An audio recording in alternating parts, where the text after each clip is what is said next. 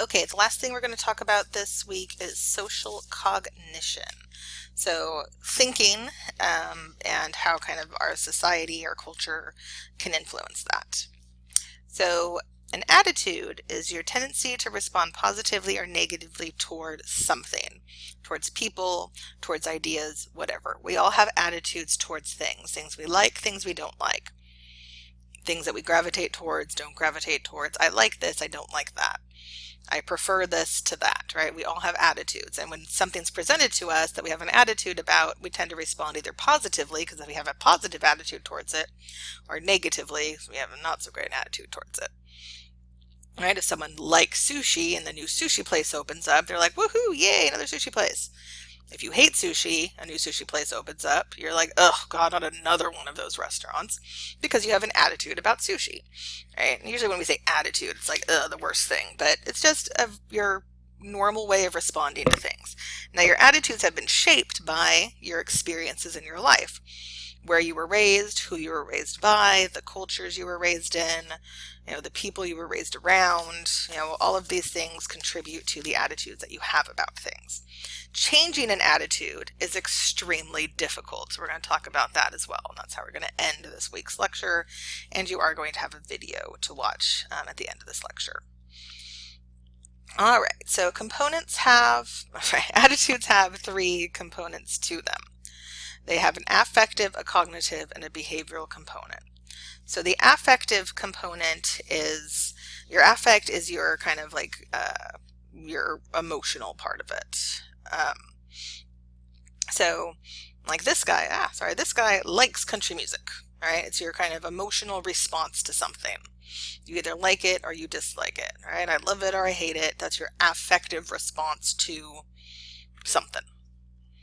Then you have a cognitive response, right? Where it's kind of the thinking part of it, right? I like this thing, therefore I think it is better, right? This guy thinks country music is better than any other kind of music, right? I have a feeling, then I have a thought, and then that leads to the final component, which is the behavior, right? He buys country music CDs every chance he gets because he still buys CDs, probably at some road stop off of the highway. So I feel, I think, I act. All right, positive or negative. I like this thing. I think it's a good thing. I'm going to do this thing. All right. I like sushi. I think it's one of the best foods. I'm going to go to that new sushi restaurant. I hate sushi. I think it's disgusting. I'm not going to go to that new restaurant. All right, it's going to affect our behavior overall. Now, something innocuous like liking sushi or not that big of a problem. But if we do things like, I don't like Mexicans, I think they're a bunch of illegal murderers, I'm going to shoot them if I see them. All right, ooh, that got dark real fast. All right, that escalated quickly. But that's where this sort of thing comes from, right? Those behaviors that we see of people harming others because of their race or their religion or their sexual orientation, right? Things like that are going to come from bump down to the affective part, right? That kind of gut feeling you have about something. But this is where using critical thinking skills comes into play, is between the affective part and the cognitive part. All right, you may have a gut reaction to something. Now, your gut feeling about something, liking or not liking it, trusting or not trusting it, whatever, comes from experiences you've had, either what you've been told or something that's been happening to you or what you've been taught. Now, how you think about it can be different than your affective feelings about it. But it takes you saying, okay, I'm worried about this. I don't like this, but why? Why don't I like this? Why do I think this way? Is there another way to think about this? Right? Can I change the way I think about this? Should I? Should I see the other side of this? Right? That's critical thinking. And that's what, a huge segment of the population doesn't do. They feel it, and then they think it, and then they act on it, period. Without ever stopping at this part and saying, but is the way I feel correct? Is it good? Is it right? What is the evidence that supports it? What is the evidence that supports the other side of it? All right, that's where we can change things, but that's hard because it's pretty much saying, you know, yes, I have this feeling. I don't like this religion for whatever reason, but why don't I like them? What evidence do I have to support that? Where did I get that evidence from? All right, questioning your beliefs. Now, it may turn out that, you know what, I don't like this thing. And here's my reasonings, and I did look at it from another perspective, and I get where they're coming from, but I'm sticking with it. I'm sticking with my cognitive belief in it, and I'm still going to do my behaviors about it. And that's fine. There's nothing wrong with that. But having that critical thinking skills to question your beliefs, right? Think about, are they serving me? Are they serving good? Are they, are they being more harmful than they are being helpful? Is where we want to use those kind of cognitive things, because it's really hard for us to change our attitude about something because it's our attitude, right? It's how we feel about it. But using good critical thinking skills between your affective and your cognitive part of your attitude can get you to change, and it can also get other people to change. But it's really, really hard to do. If you've ever tried to be arguing with someone who has a different belief on you in something, you will see how difficult it is. All right, because it gets to that kind of affective thing. And if they are unwilling to look at things from another perspective, that makes it hard. And all we're really saying is, look at things from another perspective. You don't have to change it, but at least see the other person's point of view. If you can see another person's point of view, you can see the other side of it, it may kind of lessen your likelihood of doing a behavior that could be harmful, right? That could maybe, not be great in the long run. Which is, we don't want bad things happening. We don't want people hurting people because of the country they're from, or the religion that they have, or the person that they choose to live. But it is hard to do, right? And when we are trying to get people to believe something, I want you to believe my way of thinking. The way we try to get to them is through the affective. I'm going to try and get to you on the emotional response. Is if I can get into your emotions, you are less likely to think, and then you're more likely to act on your emotions without ever really stopping in that critical thinking realm, right? Think about the commercials for the ASPCA, right? With those sad, sad dogs in the rain, in the cages, and then the sad song comes on, right? In the arms of the angel. And you're like, oh my God, the puppies, right? I'm getting at your affective, right? I don't want you to think about, well, but there's also children being kept in cages. Maybe I should give money to that. Nope. Let's just stick to the sad puppies. Don't use critical thinking skills and go right to giving us money. All right. Now, I'm not saying giving money to ASPCA is wrong. I'm just saying that when we act just on our emotions, we're not using good critical thinking skills before we do the behavior. Now, you could stop and say, you know what, there's lots of people, there are lots of places that need money. And, but you know what, and there are people that give to that. I feel very passionate about helping animals. And yes, I know that other places that need money as well, but to me, this is important. And so this is where I plan to get my money to. Cool. You stopped and did some critical thinking. It's really what we're asking for you in college, is to learn how to do this, to learn how to stop yourself from just using your emotions to make your decisions. All right? Because your emotions aren't really, I'm just going with what my heart says. Your heart isn't saying anything. Your heart is saying, let me pump blood through your body. All right? It's your brain that's deciding to go the easy route and not do the hard thing, which is using your frontal lobe to use your critical thinking skills to say, am I making the right decision about this? And this is where we want to look for evidence. We want to see what's going on. All right? So we want you to be stopping here for a while before you move on to that behavioral component. All right, so persuasion is when we try to change another's attitude, which we know isn't easy. And it may be we're trying to get them to do something big, like in court. All right, what is the prosecutor trying to do? He's trying to persuade the judge or the jury to convict this person. He's trying to persuade them to say, think of it as I'm telling you to think about it. Right? Do the behavior of putting this person in prison. And here's why. I'm going to try to persuade you to know that's the right behavior pattern to do. And I'm going to use emotions, right? I'm going to show you pictures of, the bad thing that I'm saying this person did and the impact that it has. And I'm trying to get to that behavioral component, right? But what is the defense attorney trying to do? They're trying to persuade the judge or the jury to find the person not guilty. And they're also going to use emotion, right? And evidence and other things, right? To try and get you to say, oh, I don't think this person is guilty. We shouldn't send them to prison, right? Both sides are trying to persuade the people to do a behavior of finding them guilty or not guilty. And this is a very delicate task, especially in a jury trial. So there are psychologists whose job is that they work for large law firms, and they are PhD psychologists that specialize in jury selection.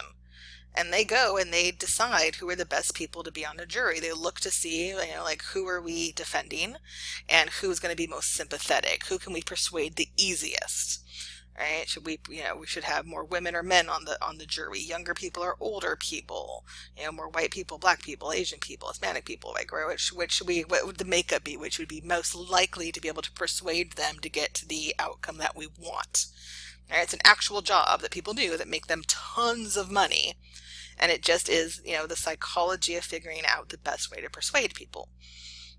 Another way that we're persuaded is when we're trying to, buy something, right? Again, comes back to that kind of consumer psychology. How are we persuaded to buy a certain thing? Or how are we persuaded to think a certain way, right? All of this is persuasion, and it has three kind of parts to it. The first thing you need to know is, who is your target audience? All right, who are the people that we're trying to persuade? Right? If we're in court, it's going to be the jury or the judge. If we are trying to sell something, then it's, our consumers. If we're, trying to change, a population to do something like, quarantine themselves, right? They're our target audience. American people are our target audience. So you need to know who your target audience is, and specifically how to target that audience. So let's go to something simple, like we're trying to sell something. Right? Let's say I sell diapers, right? Who is my target audience? Right? It's not babies. They don't buy anything, right? It's parents, and it's mostly moms, because moms do most of the shopping. Moms are likely to buy it, right? So I'm going to know that my target audience is going to be moms. So if moms of little babies are my target audience, when do I want to put my my ads on the TV? Right? Late at night, 8 p.m., 6 p.m., 10 a.m., all right? You're probably going to want to do it in the morning. Moms are home, they got their little babies, they're folding laundry, they got the TV on in the background. Good time. That's when my target audience is going to be watching TV. All right, so I got my target audience. Now I go to my message. All right, what am I going to say? All right, what's going to get this mom to buy this diaper over another diaper? All right, I got to make sure that my message is good. All right. As a mom, I know a good message is, my diaper is affordable. My diaper is going to not have poop come up your baby's back. All right, so it needs to be absorbent, good diaper, but also not super expensive. All right, that's going to be my message. Now, these things are important, but probably the most important part of persuasion is the source. Who is saying it? Who is giving the message to the target audience? All right, so if I'm selling diapers, who would be a good source? Who would I want in that commercial saying, oh, look at how great these diapers are, to the stay-at-home moms? Would I want Justin Bieber to do it? Do you think I, as a mom, would be like, well, if it's good enough for Justin Bieber, I'm definitely buying it? Hell no, right? I'd be like, why the F is Justin Bieber on my television? A good source would be who?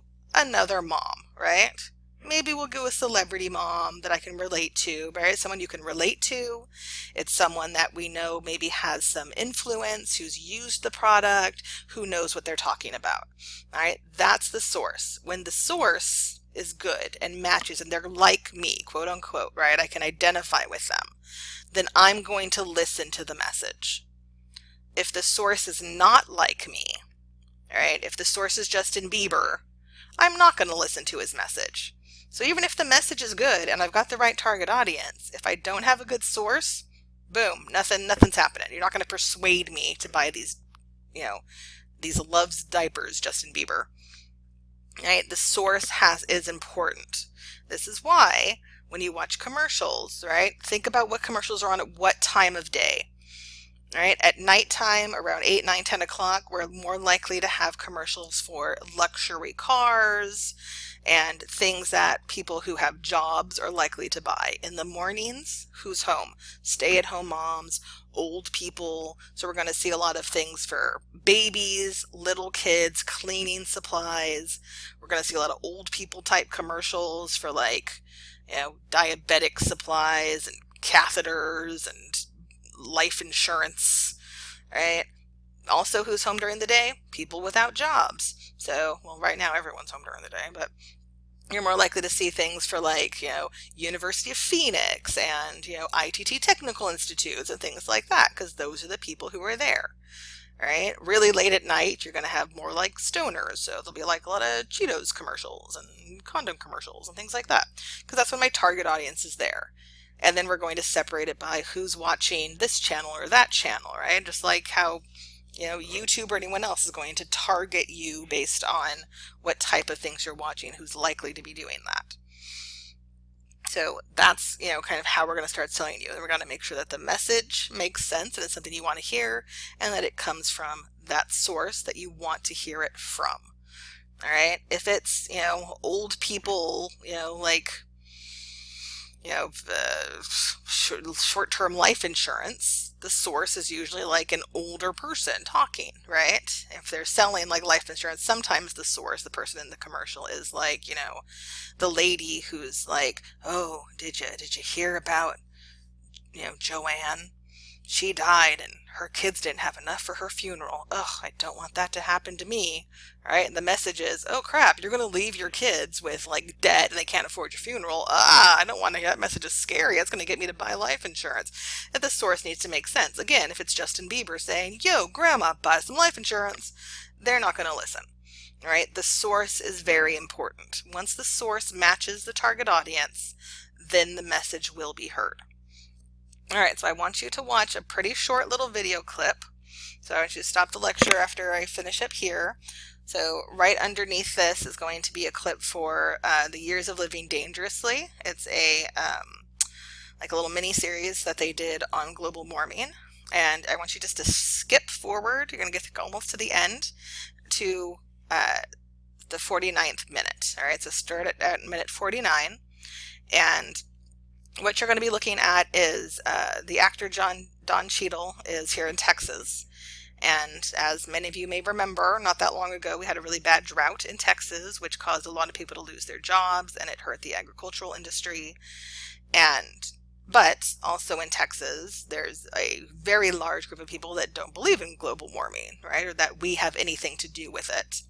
So this clip is Don Cheadle bringing someone in to talk to people in Texas that are, in the agricultural industry about global warming. And what I want you to do is think about who is the target audience in this clip, what is the message that's being given to them, and who is the source, and how important is that source for them to get the message. All right, so make sure that you watch that video because there will be a question on it. Give me your shouts out for this week over at Hebron. I'm shouting out to Lexi, Colton, Morgan, Reagan, and Paige. In my 9 a.m. class, Cecilia, Lily, Liliana, Samaya, and Jasmine. And at the 10 a.m. class, I'm going to shout out to G, Leslie, Viviana, and Catherine. I do so miss all of you, and I hope that you are safe and well and getting through this crazy time. All right, everybody, I will resume the rest of this chapter next week. Bye-bye.